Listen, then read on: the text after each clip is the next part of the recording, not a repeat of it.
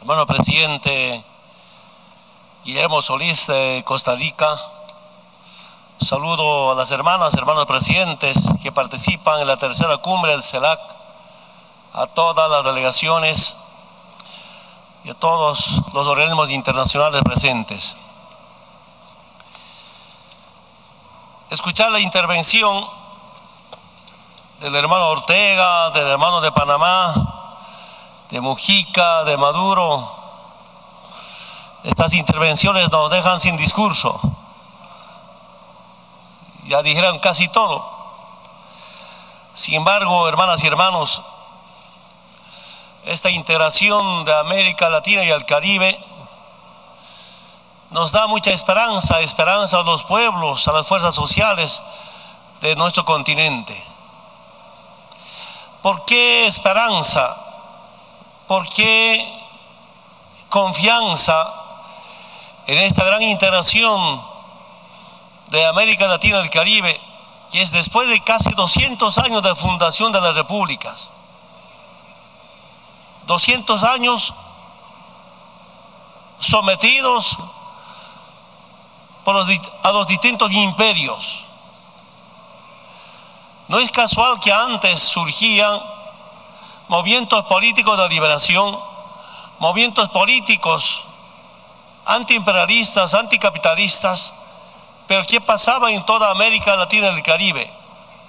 Golpes de Estado, dictaduras militares, para amedrentarlos, para escarmentarlos, que nunca más surjan movimientos políticos antiimperialistas. Sin embargo, esos tiempos pasaron.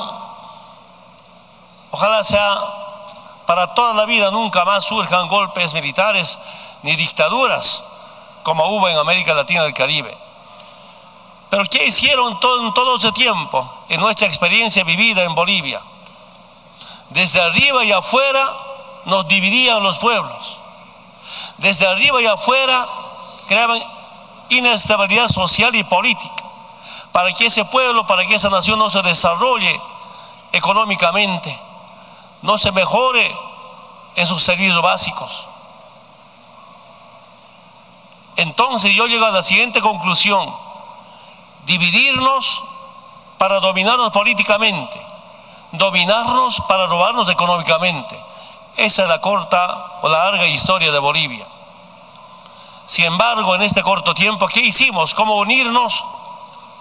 Y cuando los pueblos saben de su destino, cuando los pueblos tienen una propuesta y en base a los principios que nos dejaron nuestros antepasados, que lucharon por la patria grande, cuando los pueblos se unen y se organizan para defender la democracia, para defender la vida, para defender la paz, no hay en Bolivia ni fuerza interna ni externa que nos doblegue, ni el imperio que nos derrote.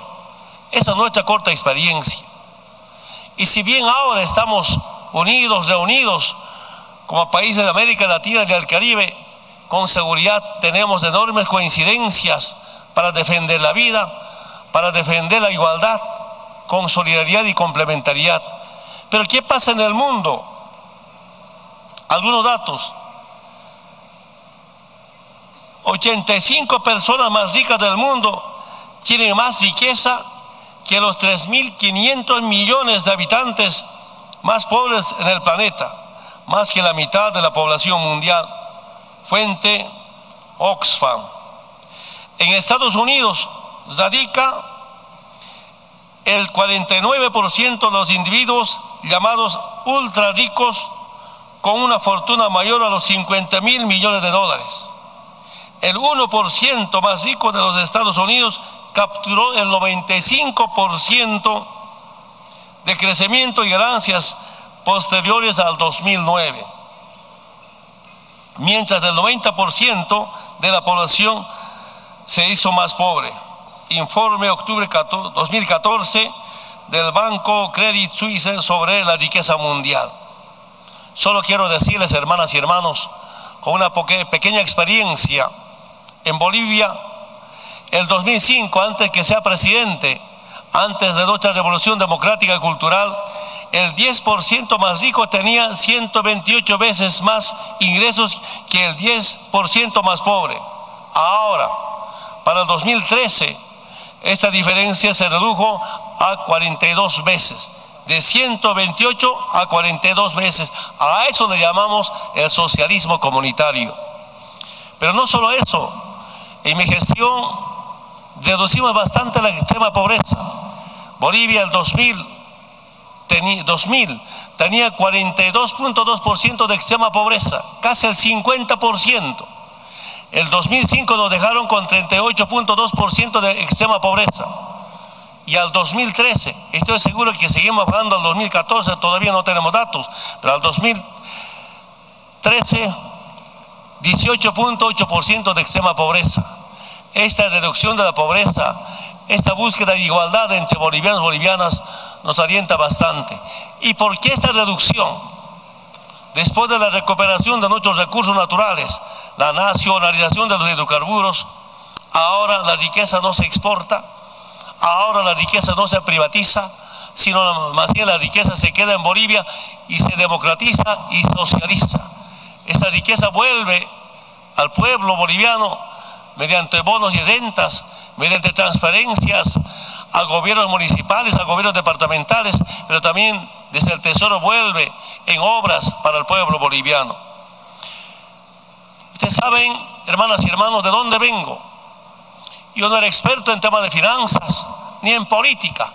Tal vez era sindicalista, pero cuando uno siente por los demás y por los demás más abandonados, cuando uno ve a diario problemas sociales y cuando se siente, fácilmente se puede reducir la pobreza y buscar la igualdad con una voluntad política y justo, escuchando a los movimientos sociales.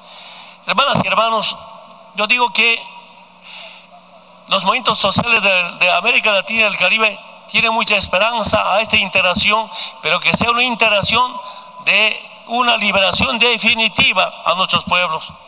No solamente una integración para, como decía nuestro hermano Pepe, fotografías, muchos esfuerzos.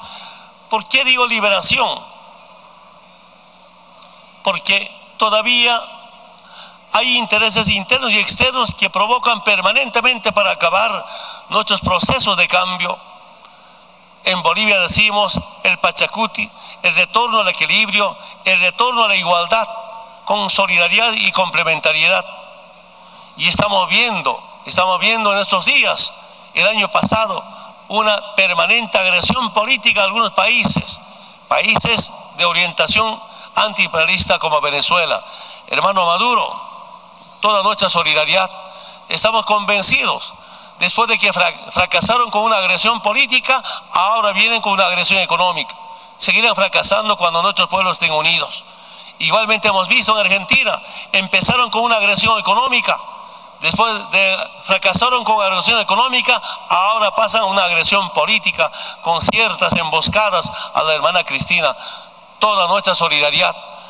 Ustedes saben que tengo mucha admiración al expresidente, que en paz descanse, Néstor Kirchner. Me acuerdo siempre cuando era dirigente sindical que decía en una reunión o una cumbre de las Américas, que Latinoamérica no es el patio trasero de Estados Unidos. Me grabé en la mente.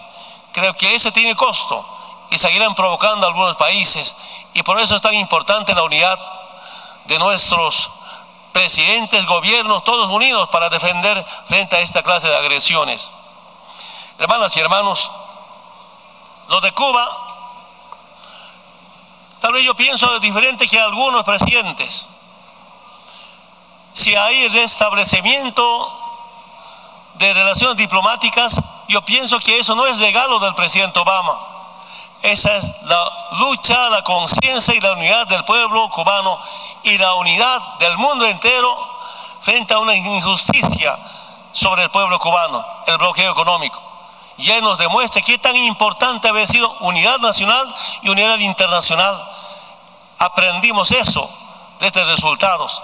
Esperamos que este restablecimiento de las relaciones diplomáticas terminen en el levantamiento del bloqueo económico a Cuba.